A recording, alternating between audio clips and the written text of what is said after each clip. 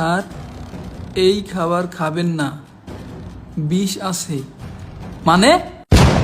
কি হলো? তুমি চিৎকার দিচ্ছ কেন? না, আসলে টেবিলের নিচে।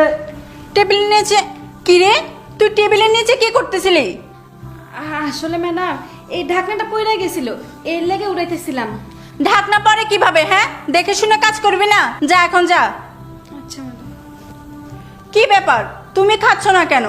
তোমার না অফিসে লেট হয়ে যাচ্ছে, তাড়াতাড়ি খাও। হ্যাঁ, আমি খাচ্ছি। আচ্ছা, তুমি একটা কাজ করো তো, তুমি ওয়ার্ড্রোব থেকে আমার অফিসের ফাইলগুলো নিয়ে আসো।